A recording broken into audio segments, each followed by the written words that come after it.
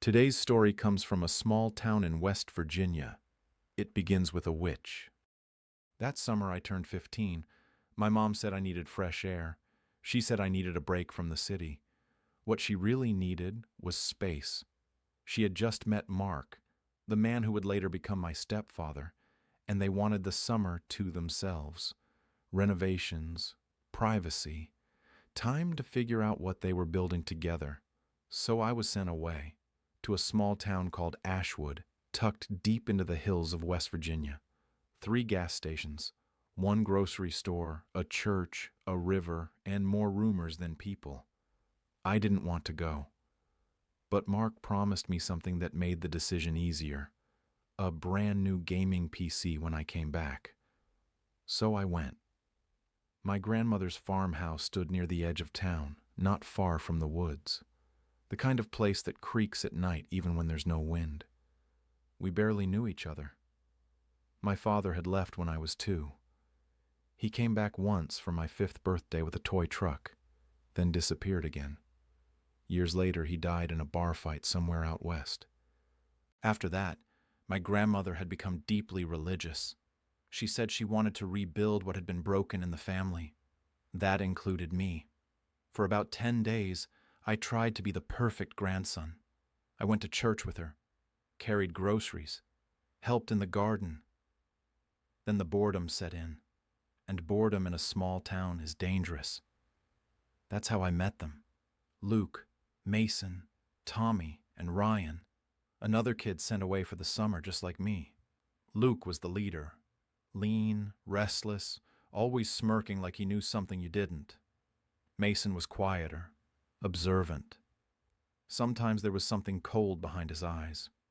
Tommy, everyone called him Beryl, was short, thick, loud, and not particularly bright. Ryan didn't quite belong with them, skinny, nervous, from a decent family, the type who followed more than he led. We spent most of our time at the river, swimming, smoking stolen cigarettes, sometimes drinking cheap beer if someone's older brother agreed to buy it. Normal teenage stupidity, until I saw her. It was the middle of July. The heat was suffocating. I was walking back from the grocery store with 2 heavy bags when I saw her coming down the dusty road. She wore black from head to toe, long skirt, long sleeves, headscarf. In that kind of heat, it didn't make sense. Her face was thin and sharp. Gray hair slipped from beneath the scarf. But it wasn't her clothes that unsettled me. It was her eyes, hard, focused, measuring. A woman across the street saw her too. The moment she noticed who was walking down the road, she stepped back into her yard, spit on the ground, and made the sign of the cross before disappearing behind her gate. I remember thinking how ridiculous it all looked. That night, I asked my grandmother about her. The moment I described the woman in black, my grandmother froze over the stove. She quietly confirmed that I must have seen Miss Blackwood. She didn't explain further. She only crossed herself and changed the subject. That should have been my first warning. Later at the river, Ryan told me what people said about her. He explained that Miss Claudia Blackwood had once been known all across the county. People used to drive from other towns to see her. According to the stories, she could find lost animals, fix broken marriages, end affairs, even cure drinking problems. But, Ryan said, it always came at a cost. A farmer might find his missing cow, but the milk would turn bitter afterward. A woman might save her husband from alcohol, only to lose him to another woman months later. There was even a story about a local pastor who confronted Miss Blackwood publicly, praying outside her house and warning the town about her. That same night, he died in his sleep from a stroke. Ryan didn't say he believed the stories, but he also didn't say he didn't. Luke, on the other hand, seemed entertained by the idea. And that's when everything started to shift. A few days after that conversation at the river, Luke came to us with an idea. He didn't say it jokingly. He said he had found a way to seal her. According to him, he and Mason had biked out to a trailer at the edge of the county, where an old drunk man claimed to know about mountain rituals. They had brought him cheap whiskey. In return, he had given them instructions, a binding ritual, something meant to trap a witch inside her own home. Ryan immediately looked uncomfortable. He didn't say much, but it was obvious he didn't like where this was going. Tommy looked impressed. Mason stayed quiet, which somehow made it worse. I told myself it was ridiculous, but I didn't walk away. That was my mistake. We hid near Miss Blackwood's property just before sunset. There was an abandoned shed behind her house, half swallowed by weeds and tall grass. From there we could see her porch through gaps in the wood. Luke went over the steps again. Each of us would cut a finger. Each of us would repeat the words the old man had given him. Blood would seal the ritual. Then the knife, covered in that blood, would be used to trace her doorway. If she crossed it, she would be bound. Her power would be sealed. Even now, saying it sounds insane. But adrenaline doesn't care about logic. Mason had brought the knife. Tommy had brought a rooster. I never asked where it came from. Its neck had already been twisted. Its body lay still in the dirt beside us. The reality of what we were doing suddenly felt heavier. Luke took a drink from a metal flask and sliced his finger without hesitation. Blood surfaced quickly. He whispered the words he had memorized. Mason followed. Then Tommy, who cut too deep and cursed before finishing the ritual words. The knife came to Ryan. He hesitated longer than anyone. Luke pressured him without saying it directly, just staring until Ryan gave in. Ryan cut his finger. His voice trembled when he repeated the words. Then it was my turn. I still don't know why I did it. Maybe I didn't want to look weak. Maybe I wanted to prove I didn't believe any of it. Or maybe some part of me wanted to see if something would actually happen. Before I cut my finger, I instinctively made the sign of the cross. It was fast, almost automatic. Then I sliced. The pain barely registered. I repeated the words. Mason then used the knife to finish what had already been started with the rooster. Blood darkened the dry dirt. Luke took the knife and jumped the low fence toward her porch. We crouched behind the shed, watching through the cracks. He carefully traced the doorway with the bloodied blade. One slow line across the threshold. Then he drove the knife into the ground beside the door. He knocked and stepped back, carefully, behind the line. The door opened. Miss Blackwood stepped out. Even from where I was hiding, I could see the alertness in her eyes. Luke tried to act bold. His posture said he wanted to challenge her. She stepped forward. Her foot crossed the threshold, and she collapsed. It happened instantly, as if something invisible struck her legs from beneath. She fell hard to the ground. Then the screaming began. I have never heard anything like it before or since. It didn't sound entirely human. She clawed at the dirt, trying to push herself up, but her legs dragged uselessly behind her. Ryan covered his ears. Tommy stared in shock. Mason watched with a strange focus. Luke stood frozen.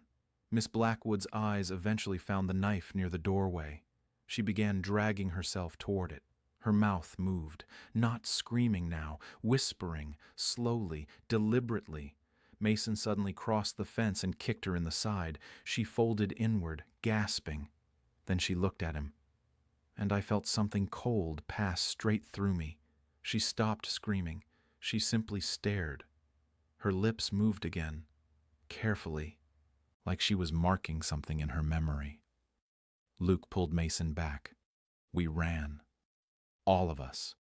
Ryan was already halfway down the road. Behind us, I saw her dragging herself back toward her house, pulling her body with her arms as if her legs no longer belonged to her.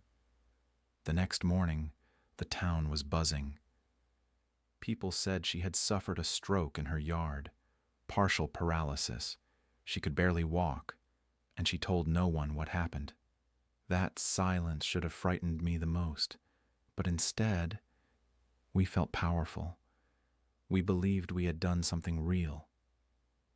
2 weeks later, Luke drowned. Luke drowned on a Tuesday. It was brutally hot that day, the kind of heat that makes the air shimmer above the water and slows everything down. We were back at the river, trying to act like nothing had changed. Ryan stayed on the bank, like he usually did. He never felt comfortable swimming when Luke was around. Luke had a habit of grabbing people's ankles underwater just to scare them. Mason and Tommy were already in the water when I arrived. For a while, everything felt normal. We swam, we splashed. We threw around a half-deflated ball someone had left behind. Eventually, someone suggested a race to shore. It was something we had done dozens of times before. The last one out of the water would have to run to town and convince someone older to buy beer for us. Tommy took off first. I pushed hard and kept pace with Luke.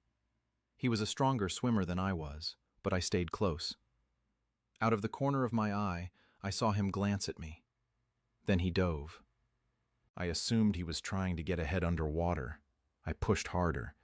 10 feet from shore, I could already feel the rocks under my feet.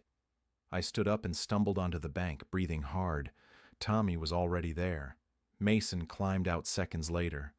We turned, waiting for Luke to burst from the water with one of his usual loud shouts. The river surface rippled, bright in the sunlight. Empty. Mason called out toward the water. There was no response.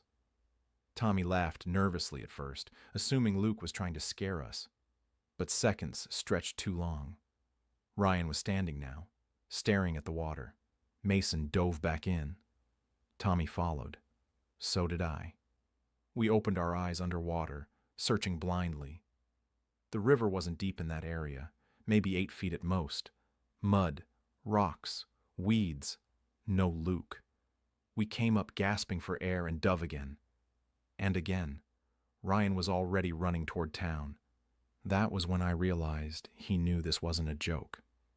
Within 20 minutes, adults filled the riverbank. Men waded in with poles. Someone called emergency services. A woman started crying before there was even a body. They found him before sunset, downstream. His head had struck a submerged rock, they said. An unlucky angle, a tragic accident. That's what the deputy told us. I nodded. It made sense. It had to make sense. But that night I dreamed of the porch, of her eyes, of her lips moving slowly in the dark. At the funeral, Mason didn't cry. Tommy did. Ryan couldn't look at the coffin. I avoided all of them. It should have ended there, but it didn't. The very next day, Mason fell from his roof while helping repair it. He slipped on wet shingles and landed against a metal barrel below. His neck snapped on impact. Another accident. Another funeral. That was when Ryan came to me. He wasn't yelling. He wasn't dramatic. He was shaking. He told me he believed she was taking them. He said Luke had not simply dived underwater. He believed something had pulled him down. I told him he was imagining things. I told him grief makes people see patterns where there are none. But that night I remembered something I had tried to forget. Luke had cut first, Mason second, Tommy third, Ryan fourth, me fifth. And before I cut my finger, I crossed myself. I didn't sleep well after that. 3 days later, Tommy was hospitalized for severe alcohol poisoning. He survived. Barely. Ryan called his parents and left town the next morning. I stayed. I waited for something to happen. Weeks passed. Nothing did. By the end of the summer, I convinced myself it had all been coincidence. Teenage stupidity, small-town tragedy. I went home. I changed my last name when my mother married Mark. I started over. And for years, nothing happened. Until I went back. I went back 3 years later, not because I wanted to, because we had to sell the farmhouse. After my grandmother passed away, the house stood empty. Paint peeled, wood warped, windows gathered dust. Empty houses decay quickly. My mother and Mark decided it was better to sell. By then, I had taken Mark's last name. New school, new city, new identity. Ashwood felt smaller when we drove in. Or maybe I had just grown. While my mother handled paperwork with a local buyer, I went for a walk. Past the church, past the grocery store, toward the river. Different kids were there now, different laughter, same water, same tree where we used to sit. I didn't go down to the riverbank. I turned back toward town, and that's when someone called my name. My old name. I stopped. A woman hurried toward me, holding a toddler on her hip. It took me a moment to recognize her. Victoria. She and her twin sister used to follow us around that summer. She looked older now, tired, married, settled into a life that had already chosen its direction. She told me she had recognized me immediately, even though I hadn't returned for the funerals. I told her life had moved on. She talked about her husband, her child, her sister. Then I made the mistake of asking about Tommy. Her expression changed. She told me I probably didn't know what had happened. Tommy and his grandfather had gone into the woods that fall to gather mushrooms. They often went together. They never came back. Search teams combed the forest for weeks. Volunteers, dogs, even helicopters. Nothing. Winter came. Snow covered everything. In the spring, what remained of them was found barely half a mile from town, near the tree line. The official explanation was animal attack. Wolves had been unusually active that year. Victoria mentioned that some people didn't believe it was wolves. She repeated something her aunt liked to say, that when two go, a third follows. Luke, Mason, Tommy, all gone within a year. She asked if I had been close with them. I told her not really. She also mentioned that Miss Blackwood was still alive. That surprised me. Victoria explained that the old woman had never fully recovered from her paralysis. She could barely walk. A relative had moved in to care for her, and according to rumors, she still received visitors, mostly women, quietly, at night. I didn't know why I did it, but I walked past her house before heading back. The yard was overgrown, grass high, the porch sagging worse than before. But the house did not look empty. Empty houses feel hollow. This one didn't. The windows felt aware, watching. I walked faster. Back to the farmhouse, back to the car, back to safety. We finalized the sale. Drove out before sunset. Halfway back to the city, I convinced myself again. Coincidence. Teenage fear. Grief, connecting dots that weren't there. 3 years had passed. If there had been a curse, it would have taken me by then. I slept fine after that. For years. Graduated college, got my own apartment, met Natalie. And one night, I finally told someone the story. I told Natalie everything one night. We were sitting in my apartment, city lights flickering through the blinds. A bottle of red wine between us. She listened quietly. Didn't interrupt. Didn't laugh. When I finished, she asked me something simple. She wanted to know whether all 5 of us had cut our fingers. I told her yes. She wanted to know whether we had all repeated the words. I told her yes. She paused before asking if I had done anything differently. I hesitated. Then I admitted that before I cut my finger, I had instinctively made the sign of the cross. She didn't smile. She didn't comment. She just nodded slightly. I told her it didn't mean anything. That it was muscle memory from church. That the others had simply been unlucky. She didn't argue. She just said that sometimes details matter more than we think. That night, I fell asleep before she came to bed. I woke up sometime after midnight. I didn't open my eyes at first. I heard her voice in the hallway. Soft, measured. She wasn't talking to me. She was on the phone. She said she was certain. She said he had told her everything himself. She mentioned 5 boys. She mentioned the cut. Then she mentioned the cross. Her tone shifted when she said that was why it hadn't worked the first time. She said that was why he had slipped through. She also mentioned that changing his last name had made it harder to find him. Harder to find. Not harder for her, harder for them. She used the word we. She said this time it would look natural, an accident. She mentioned that her grandmother would not have to carry it much longer. I felt something cold settle in my chest. I forced myself to breathe slowly, to remain still.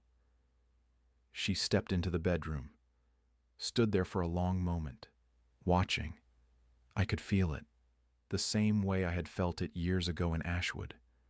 She sat on the edge of the bed. Her fingers brushed my hair. She quietly told me that I'd been lucky once, but luck runs out. Her hand lingered against my forehead, right where I had crossed myself all those years ago. Then she left the room. I heard a drawer open in the kitchen, metal shifting against metal. That was when I understood something I had refused to understand for years. It had never been about the house. It had never been about the porch. It had never been about the river. Whatever Miss Blackwood carried, it did not stay in one place. It moved, it passed, it waited, and sometimes it came closer than you ever expected. I opened my eyes, and this time I didn't pretend to be asleep.